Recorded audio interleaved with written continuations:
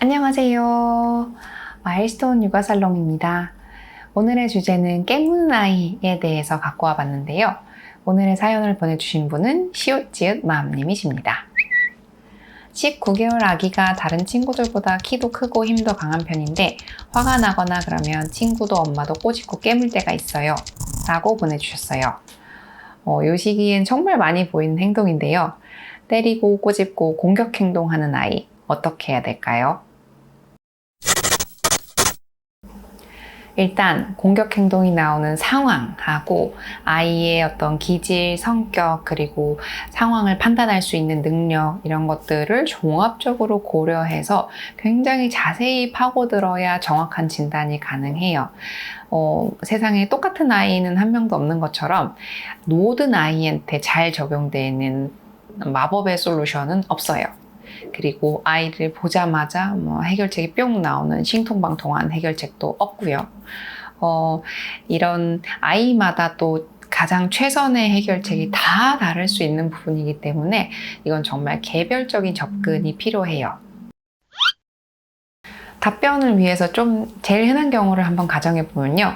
일단 19개월 아기인데 이런 공격 행동이 나타난 지는 한 두세 달 정도밖에 안 됐고, 그리고 주로 이제 그런 행동이 보이는 경우가 엄마 아빠가 좀 제지를 했다거나 또는 친구하고 장난감을 가지고 다투는 상황, 그러니까 본인이 원하는 대로 이루어지지 않았을 때 그 분노를 공격 행동으로 표현을 하는 경우가 제일 흔한 장면이에요. 일단 유념해야 될 것은 이 친구는 19개월, 그러니까 돌하고도 이제 반이 갓 지난 걸음마를 막 졸업한 아기라는 점입니다. 그래서 이 친구는 내 행동이 어떤 의미인지도 모르고요. 감정 조절도 못하고요. 내가 원하는 거는 많은데 할 수 있는 건 별로 없어요. 그리고 내 행동이 어떤 결과를 가져오는지 인과관계에 대한 이해도 거의 없어요. 그래서 뭐다? 화가 많아요. 이해를 못하니까 화가 많은 거고요. 그래서 이런 좀 비유가 좀 적절한지 모르겠지만 훈련이 안 된 개나 고양이 정도의 사고방식이 가능하다라고 보시면 되겠습니다. 이 친구가 우연히 공격 행동을 하게 되었는데요. 하필 또 그때 공격 행동을 한 이후에 본인이 원하는 걸 이뤄냈어요. 그러면 이 친구는 학습을 하게 되는 거예요. 공격 행동을 했더니 내가 원하는 걸 이룰 수 있다.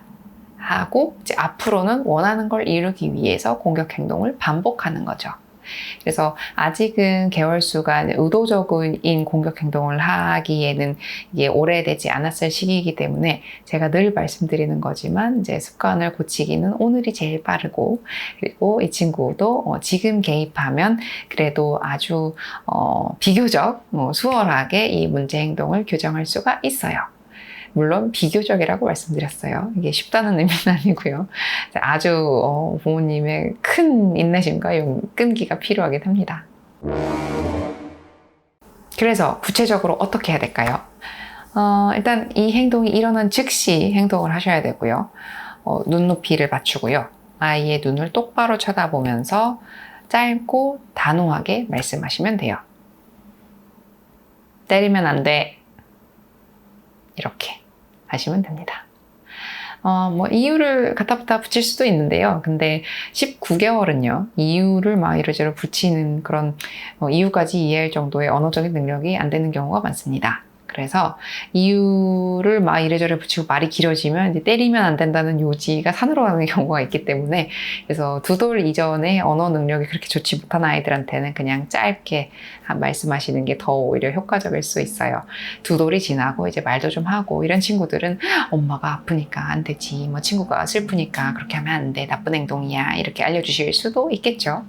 This is Sparta! 만약 이렇게 했더니 이 친구가 뭐래? 이러면서 또 때려요. 아니면 또 깨물어요. 이런 식으로 이제 또 똑같은 행동을 바로 반복한다고 하면 그때는 그 행동을 직접적으로 제지하시면 됩니다. 때리면 이제 손을 잡는다든지 아니면 안 깨물려고 하면 이제 입을 이렇게 막는다든지 이런 식으로 안 돼라는 말이 어떤 의미인지를 행동으로 보여주시는 거예요. 그러니까 이게 경고 사인인 거죠, 일종의. 엄마 아빠가 안 된다고 하는 걸 네가 반복하면 엄마 아빠는 그 행동을 못하게 실제로 막을 거야. 엄마 아빠가 안 된다고 하는 건 네가 해서는 안 되는 행동이야 라고 하는 거를 이제 몸으로 보여주는 거예요. 여기서 잠깐, 아이가 때리거나 깨물었을 때 역지사지를 느끼게 해주고 싶은 마음에 부모님들이 똑같이 깨물고 때리고 하는 분들도 많이 계십니다. 이러면 아이는 어떻게 생각할까요? 내가 이렇게 깨물었더니 엄마 아빠가 이 정도로 아팠구나. 다시는 하면 안 되겠다. 내가 다음부터는 잘 조리 있게 읍소를 해서 잘 이 문제를 조화롭게 해결을 해야겠다. 이렇게는 안 하겠죠. 3돌 미만의 아기들은 그런 타인의 입장을 이해한다거나 배려한다거나 이런 능력이 많이 떨어집니다. 그래서 엄마 아빠는 이제 너가 행동을 이렇게 했으니까 내가 보여준 거야. 이렇게까지 아플 수 있어 라고 하는 것들을 가르쳐주고자 한 마음에서 한 행동이지만 이 친구는 그냥 엄마 아빠가 나를 때리다니. 어떻게 내가 이렇게 믿고 의지하던 엄마 아빠가 나한테 이럴 수 있지? 너무 무서워. 이렇게 돼버리는 거죠. 그래서 엄마 아빠가 본보기를 보여주시는 행동은 효과가 없으니 하지 마세요. 또 다른 경우는요. 때린 아기한테 미안해 이러고 이제 억지로 사과를 시키시는 거예요. 이것도 많이 하시죠? 근데 이것도 잘못하면요. 어떻게 되냐면 때리면 사과한 거다 라고 가르치게 돼서 우리는 때리면 안 된다는 거를 가르치고 싶은 거잖아요. 근데 그게 아니고 때리면 사과하면 돼. 이렇게 이해를 하게 되는 수가 있어요. 그래서 이것도 정상적인 발달을 하는 19개월의 아기한테는 좀 이해하기가 어려울 수 있으니까 요거는 좀 더 큰 애들한테 사용하시면 되겠습니다. 다만 공격 행동은 여기서 이제 좀 이해를 해주셔야 될 게 아직 언어적인 능력이 너무너무 미숙한 아기가 본인의 분노와 좌절감을 표현하기 위한 하나의 수단이라는 거예요. 그러니까 물론 과도한 공격 행동은 나쁜 거죠. 근데 그렇다고 감정을 그렇다고 아예 표현을 못하게 하는 거는 그것도 또 건강한 방법은 아니에요. 감정을 표현은 하게 하되 대신에 폭력적이지 않은 방법으로 순화해서 표현을 할 수 있도록 가르쳐줘야 되는 게 이제 부모님의 역할이신 거죠. 그래서 말이 되는 친구면 말로써 표현하게끔 하면 되고 또 근데 말이 안 되는 친구들 19개월 정도면 아직 언어적인 능력이 부족하니까 이런 친구들은 이제 다른 행동으로 좀 대체를 할 수 있게 하시면 되는데 뭐 좀 생각해보면 웃길 수도 있겠지만 너가 이렇게 때리고 싶으면 때리지 말고 때리지 이렇게 박수를 쳐. 이렇게 가르쳐 주시면 그러면 이 친구는 이 행동은 안 되지만 이 행동은 되는구나 라고 이해하게 되면서 이제 나중에 말을 할 수 있게 되면 또 이건 이제 좀 웃기니까 말로 내가 그렇게 하면 내가 속상하잖아 이렇게 얘기를 할 수 있는 친구가 될 수 있겠죠. 여기서 이제 중요한 게 때리면 안 된다만 배우고 그럼 내 감정을 어떻게 표현해야 되는지를 못 배운 친구들은요. 그 공격성이 나한테 가기도 해요. 그러니까 막 내가 뭐 이렇게 화가 날 때 막 내 머리를 막 때린다거나 이렇게 아니면 누구 미워 막 이런 식으로 이제 공격성을 자기한테 표출을 하면서 자기 분노를 표현을 하는 거죠.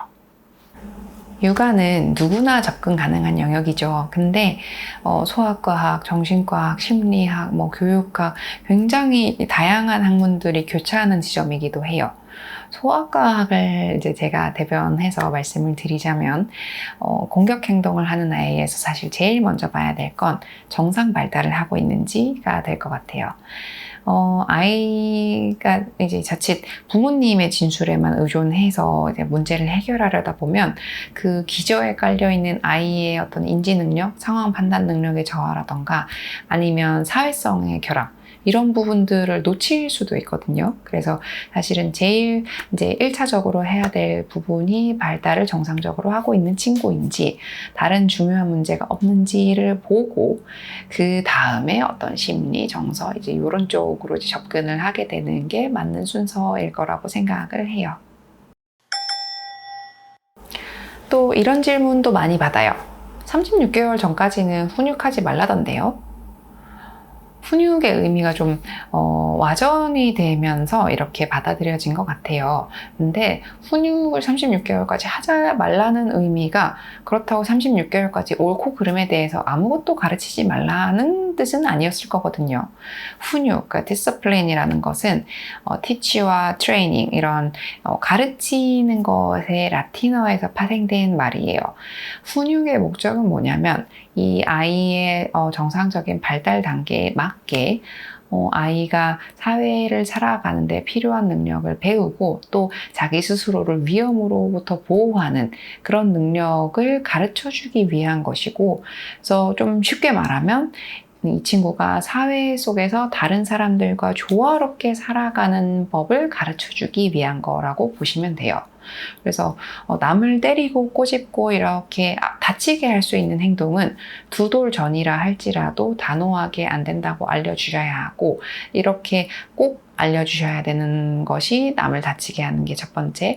두 번째는 자기 스스로가 위험할 수 있는 행동, 막 이렇게 콘센트를 젓가락으로 쑤시고 막 이런 것들은 단호하게 안 돼 라고 알려주셔야 될 필요가 있는 행동입니다.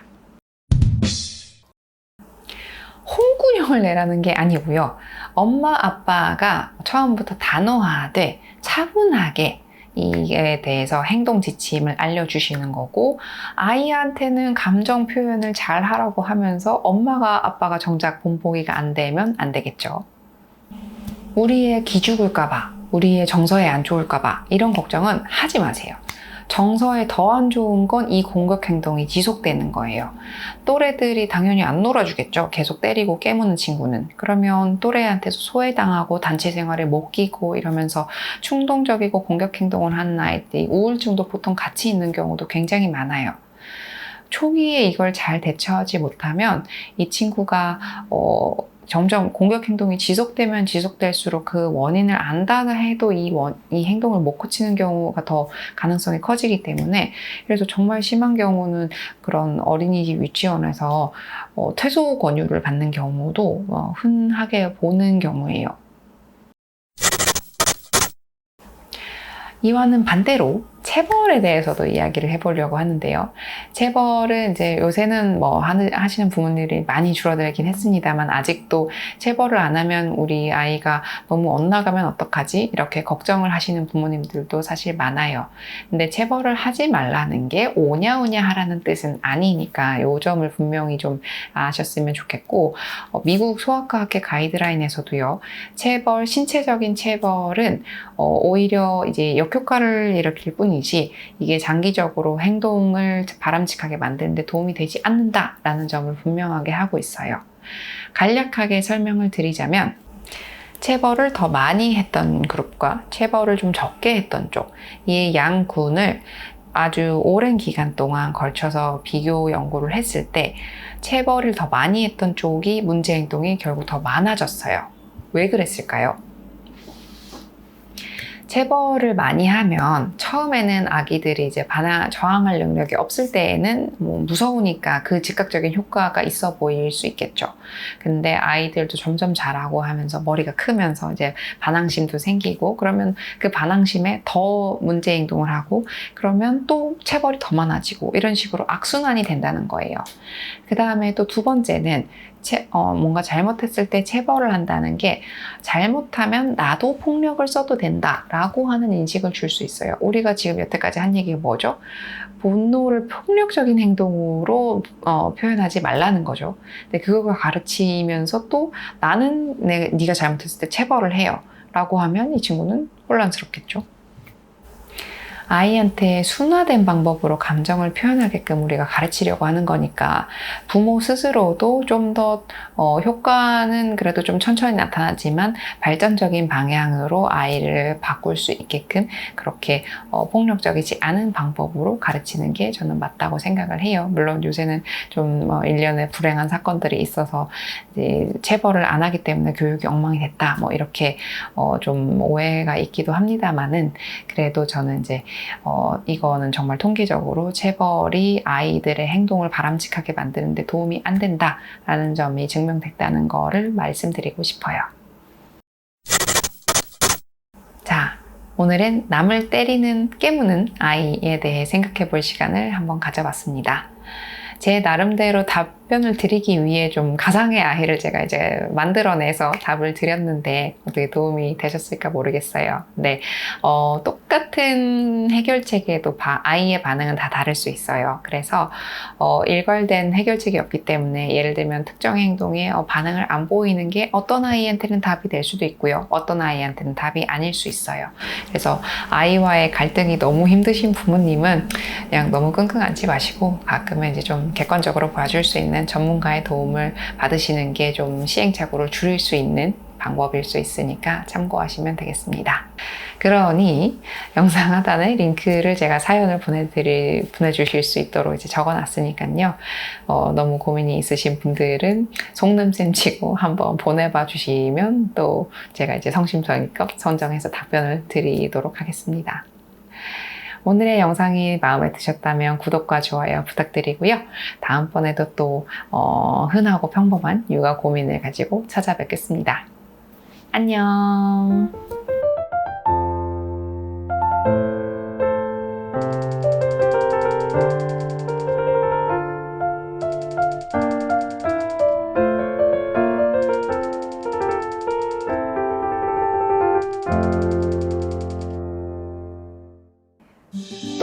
또 했어.